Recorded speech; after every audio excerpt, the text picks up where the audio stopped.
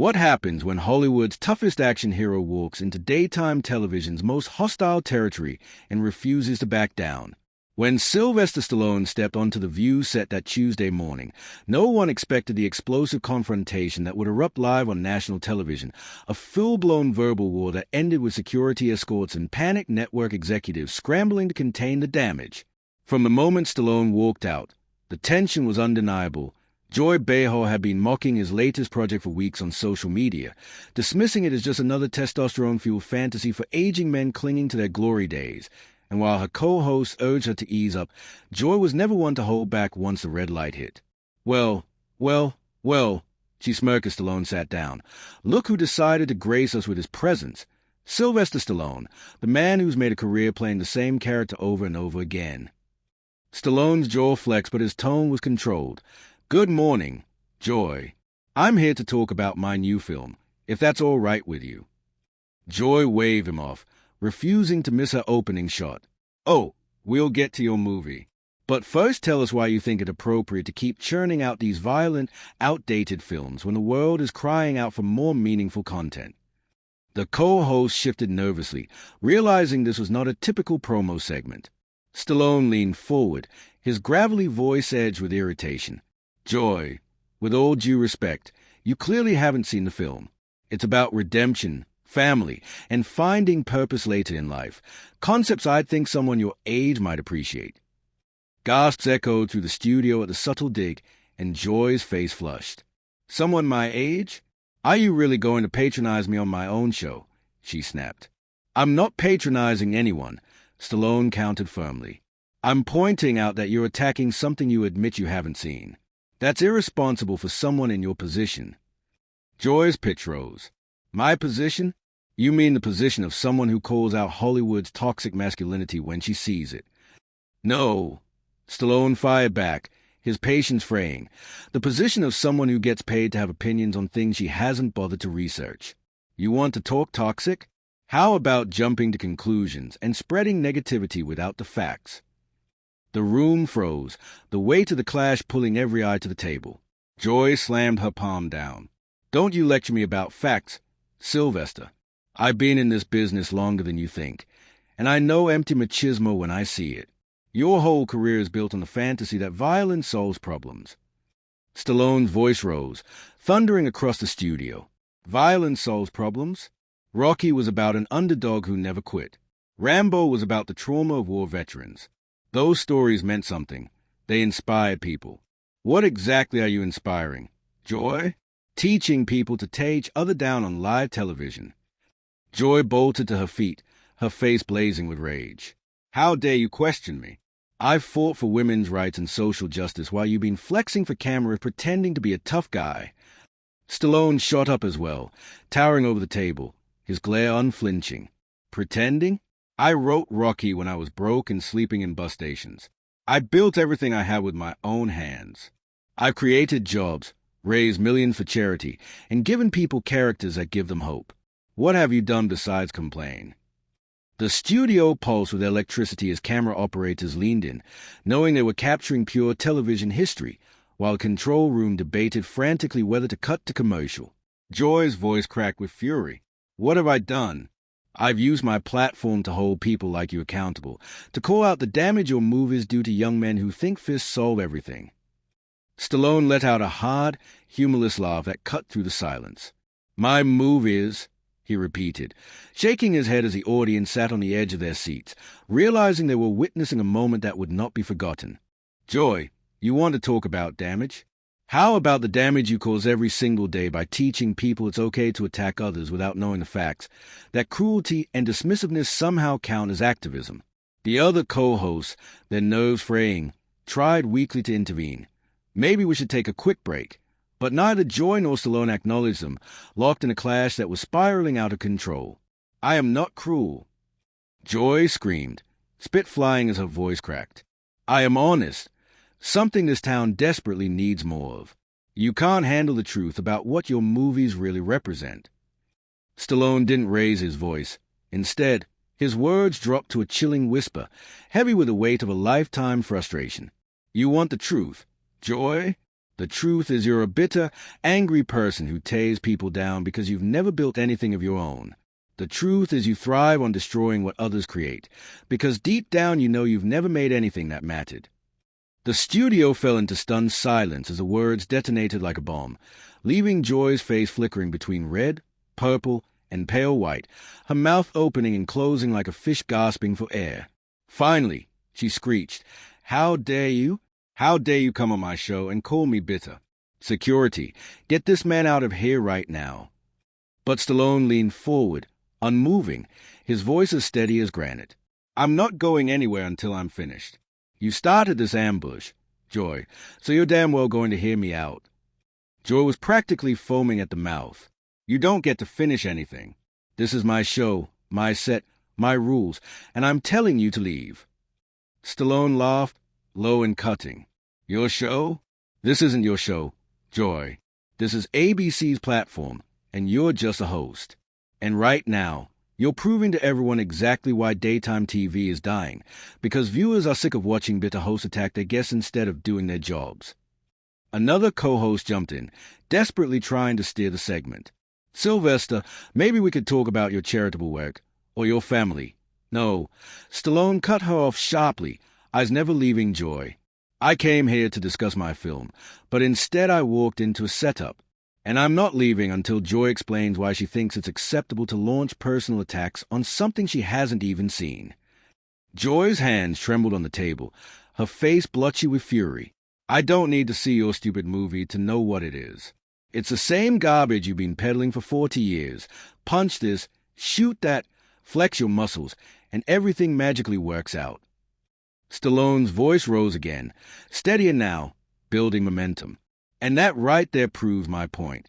You're blinded by your own prejudice. This film is about mortality, about a father trying to reconnect with his estranged daughter, about realizing true strength isn't physical.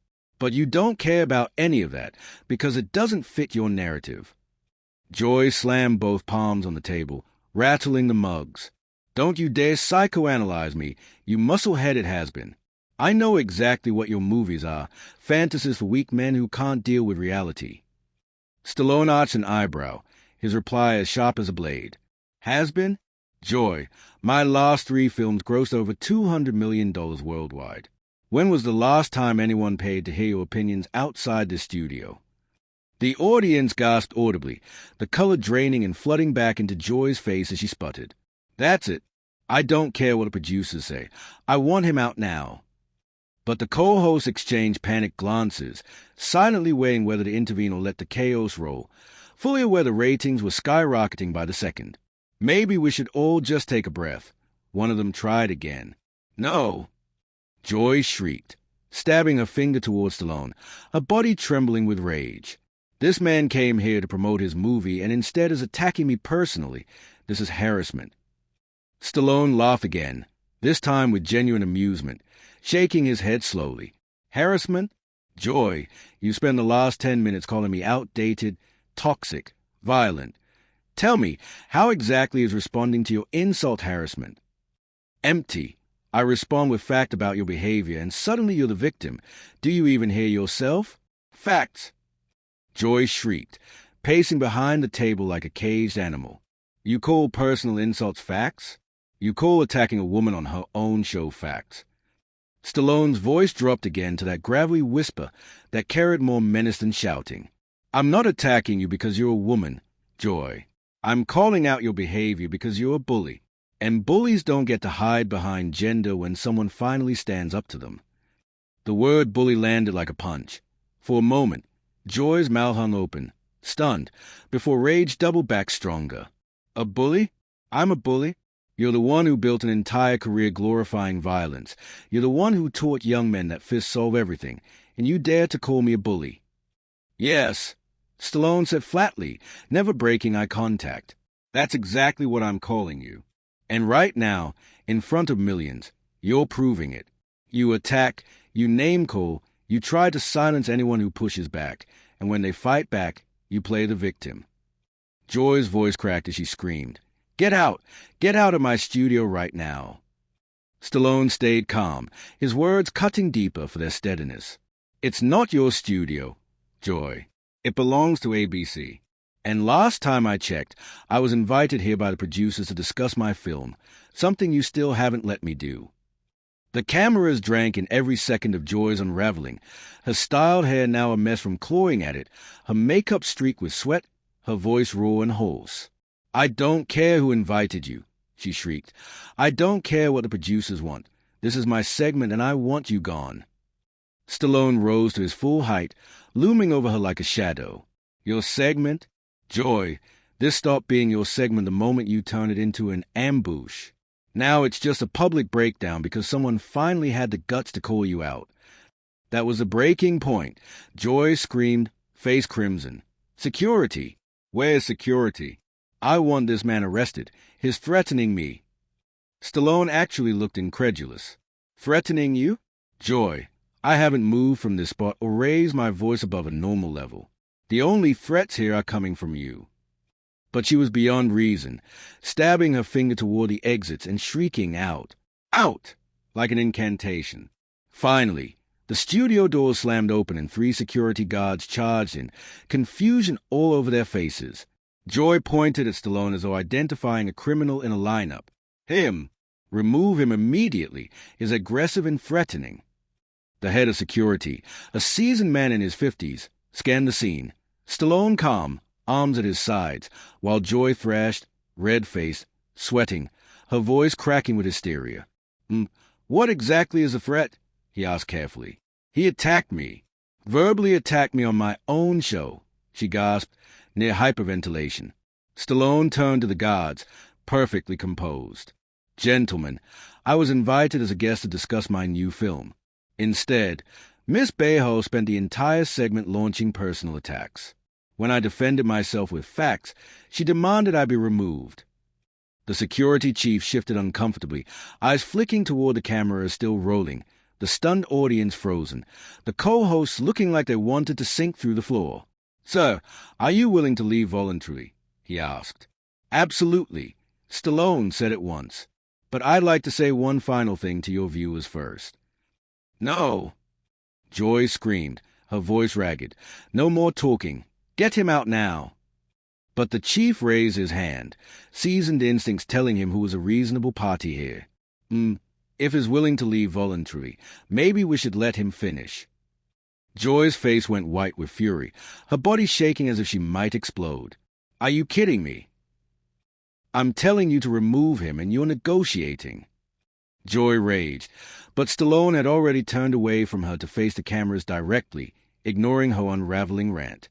"Folks, I came here today to talk about a film I'm proud of, a story about family, redemption, and second chances that I think a lot of people will connect with. Instead, I walked into an ambush by someone who openly admits she hasn't even seen the movie she's attacking." Joy shrieked, stopped talking, but her voice cracked, little more than a rasp. Stallone pressed on, calm and unshaken. "This is what's wrong with media today. People form opinions on assumptions, then attack anyone who challenges them. I've been making movies for over 4 decades, and I've always tried to tell stories that inspire people, stories about overcoming obstacles, about pushing through when the odds are stacked against you." He paused just long enough to let her silence show how badly she'd burned herself out, then continued. "The movie I came here to discuss is about a man my age learning that true strength isn't about muscles or violence. It's about admitting mistakes, making amends, and finding purpose when everyone thinks you're finished.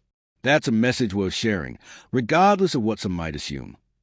He finally turned his eyes on Joy, who was slumped in her chair, voiceless, hair ruined, makeup streaked, looking like a fighter who had gone 1 round too many.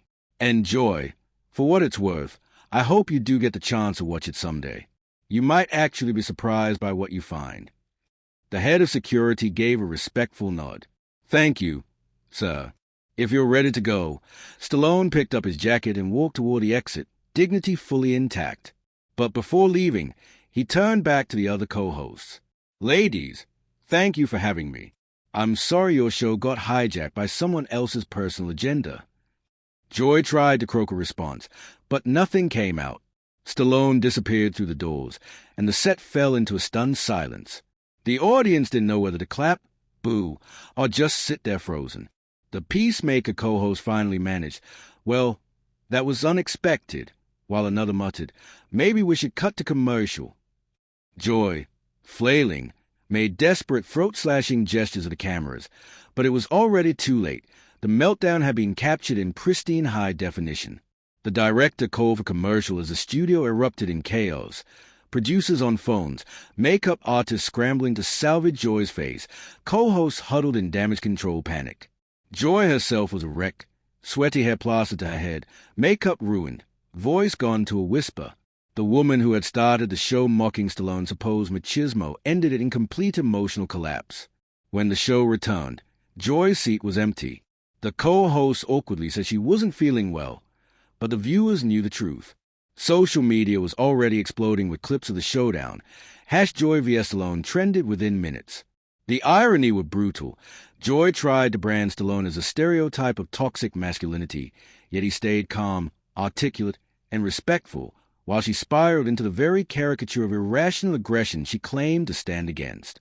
In the end, Stallone never did get to fully promote his film, but he achieved something far more powerful. He showed the world how sometimes the best way to deal with a bully is to stand your ground and let them self-destruct. So what do you think? Did Joy get what she deserved, or did Stallone go too far? Let me know in the comments.